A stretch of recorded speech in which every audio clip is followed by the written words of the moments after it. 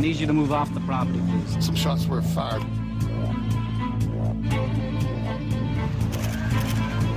There's Bilderbergers right there.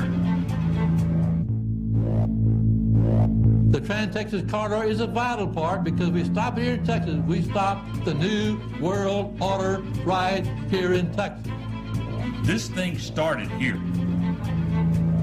And to save this country, we kill this damn thing here.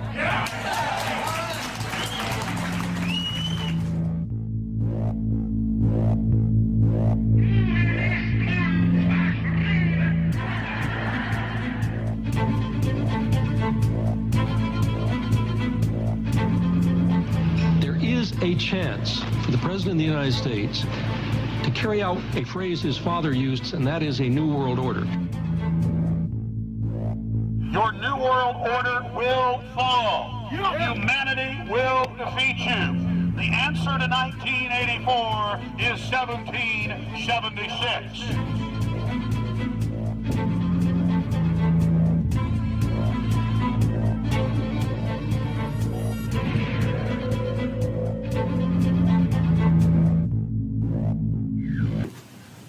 Most of my friends, both American and Canadian, tend to agree that the world is in a state of crisis.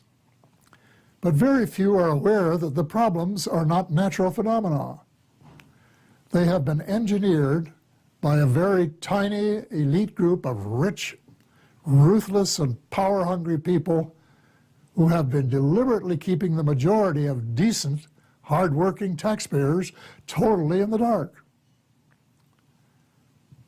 The iron veil of secrecy is now nearing the end of its 7th decade. When World War II ended, little attention was given to Operation Paperclip, under which hundreds of Nazi scientists were brought to the U.S., given new identities, and then appointed to important jobs in the military and elsewhere. Afin de se protéger, Hitler crée un groupe paramilitaire fidèle dont la tâche sera de veiller sur lui et sur les autres leaders nazis. En avril 1925, seulement 8 hommes constituent le groupe d'élite des gardes du corps appelé Schutzstaffel ou escadron de protection. Cette appellation est rapidement abrégée à SS, devenant tristement célèbre. À cause de leur uniforme noir caractéristique, ils sont très vite surnommés la Garde Noire ou l'Ordre Noir. Pendant les 4 prochaines années, la SS est un petit groupe de gardes rapprochés d'élite qui accompagne Hitler dans ses moindres déplacements. En janvier 1929, Hitler nomme Heinrich Himmler à la tête de la SS. Pour consolider le groupe et rivaliser avec la SA, Himmler est totalement dévoué à Hitler et s'attache à développer sa nouvelle force policière. En 4 ans, la SS recrute 52 000 hommes. La loyauté envers Hitler est le principe fondamental de la SS. La nouvelle organisation de la SS est essentiellement un dispositif de sécurité interne et secret qui va aider à la montée au pouvoir des nazis.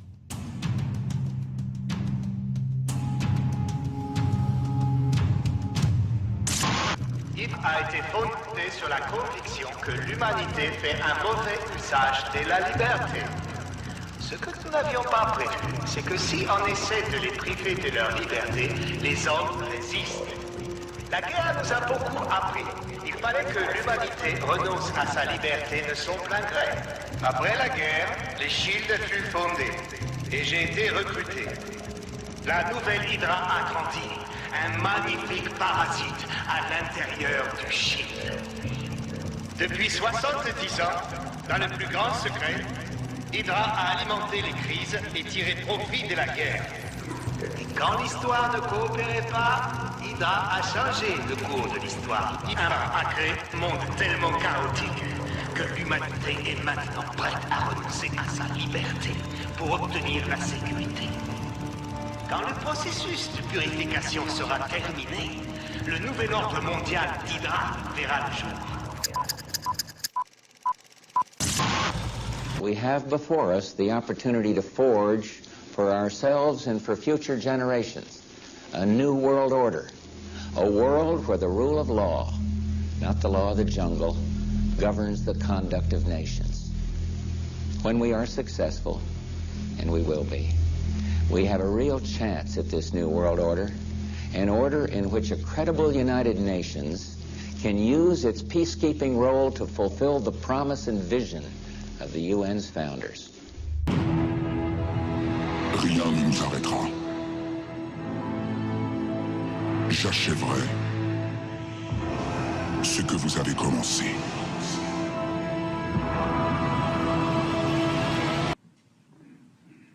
Et je peux vous dire une troisième chose. On ira ensemble vers ce nouvel ordre mondial. Et personne, je dis bien, personne ne pourra s'y opposer. Car à travers le monde, les forces au service du changement sont considérablement plus fortes que les conservatismes et les immobilismes. Their collective power and influence is incalculable. And it is their plan for the U.S. and the rest of us that is so alarming. Their plan is an empire greater in size and power than any empire before it. They call this the New World Order, which, ironically, is the same name Hitler used for the smaller empire he imagined. One sure thing, the New World Order will end all pretense of government of, by, and for the people. It will be a dictatorship of, by, and for a small minority of the rich and privileged elite. Je dois vous rappeler que vous avez tous juré de garder le secret. Vous avez été choisis pour devenir membres de la société la plus secrète d'Amérique. Depuis plus de 100 ans, les membres de Skull and Bones ont compté parmi eux un président, des vice-présidents, des juges de la Cour suprême, des députés, des sénateurs, des savants et des capitaines de l'industrie, l'élite de l'Amérique. The very word secrecy is repugnant in a free and open society. And we are, as a people, inherently and historically opposed to secret societies, to secret oaths, and to secret proceedings. After a deluded gunman assassinated President Kennedy, our nation turned to Gerald Ford and a select handful of others to make sense of that madness. And the conspiracy theorists can say what they will. It is a system which has conscripted vast human and material resources into the building of a tightly knit, highly efficient machine that combines military, diplomatic, intelligence, economic, scientific, and political operations. Its preparations are concealed, not published. Its mistakes are buried, not headlined. Its dissenters are silenced, not praised. Vous bien dire, Serge Mona, pourquoi être contre un nouvel ordre mondial? Une langue, une religion, une politique, une nature humaine à protéger sur la surface de la Terre. Pourquoi pas? Diviser pour régner. Si finalement on arrive à un gouvernement mondial, l'unité va faire la force. Oui, mais il y a un seul problème, c'est que le gouvernement mondial qui va s'instaurer s'instaure dans une orientation précise qui n'est pas à la faveur des populations, qui est ni plus ni moins qu'un régime communiste, mais à l'échelle mondiale. Une dictature. Une dictature beaucoup plus poussée que celle qui existait avec Hitler. Hitler est un enfant d'école à côté de ce qu'on veut instaurer à l'échelle planétaire. Donc, Hitler était un terrain d'essai, en fait. Ouais, donc, un terrain d'expérimentation. Le nouvel ordre mondial se tient d'ici aux Nations Unies. C'est un gouvernement mondial. Ein Volk, ein Reich, ein Führer. Soit un peuple, une patrie, un chef. C'est par ces mots que Rudolf Hess a annoncé Adolf Hitler. C'est le rêve d'Hitler devenu réalité, c'est un cauchemar. C'est la pierre tombale de la souveraineté des nations. Ce bâtiment n'aurait jamais pu voir le jour sans l'aide de la Première et de la Seconde Guerre mondiale.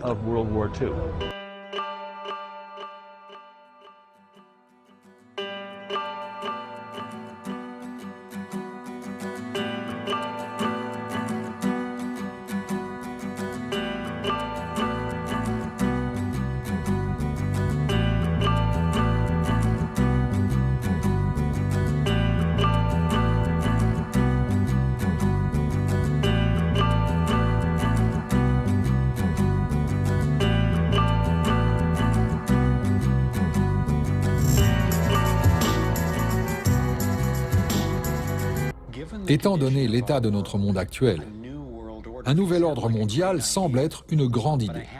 Mais je devais faire la distinction entre ce que j'avais découvert à propos de la domination mondiale, un gouvernement mondial unique dirigé par une petite élite, et la réalité de notre interdépendance mondiale, c'est-à-dire la prise de conscience qu'à un niveau fondamental et même spirituel, nous ne sommes pas séparés, nous sommes liés. Mais le programme relatif à la domination mondiale est l'exact opposé. C'est une stratégie du diviser pour mieux régner, destinée à nous opposer les uns aux autres, à nous faire penser que ce sont les démocrates ou les républicains, les libéraux ou les conservateurs qui représentent le problème, alors qu'en fin de compte, les deux clans servent les mêmes intérêts.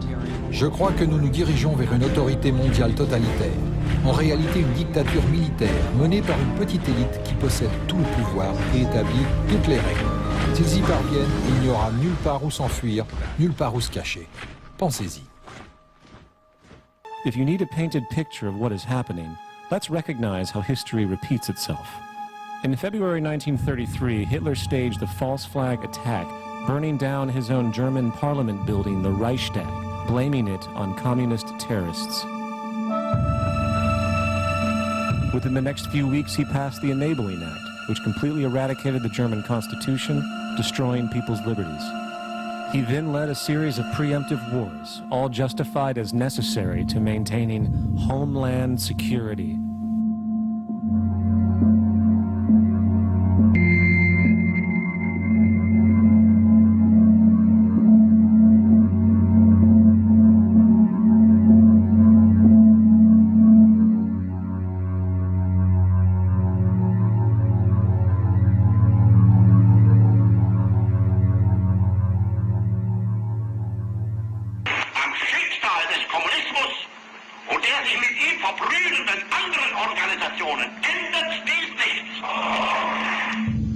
Our enemy is a radical network of terrorists and every government that supports them.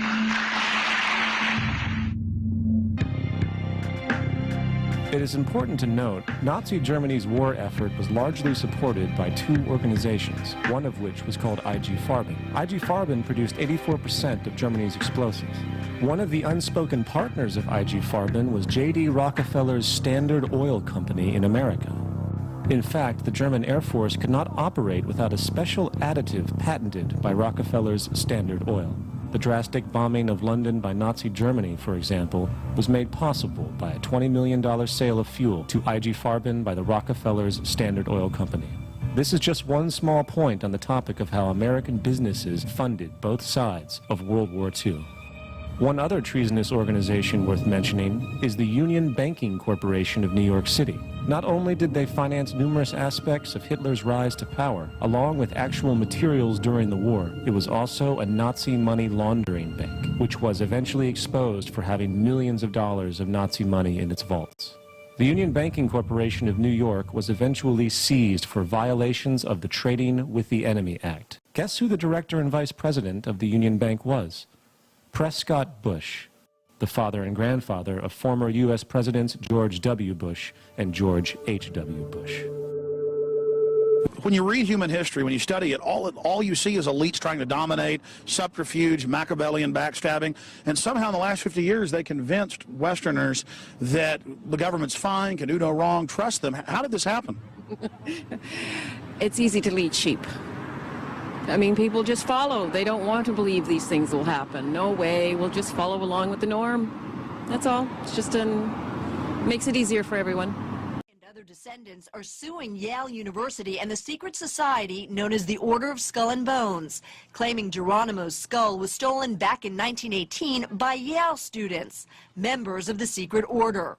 One of the alleged grave robbers, Yaley Prescott Bush, the father and grandfather of Presidents 41 and 43.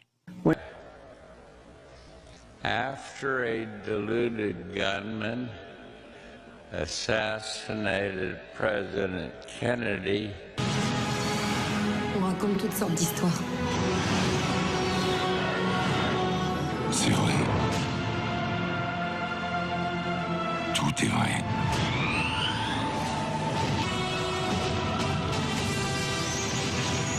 Le côté obscur. Jedi.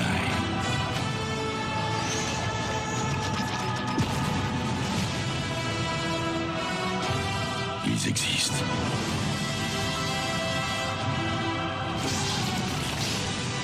La force, elle t'appelle.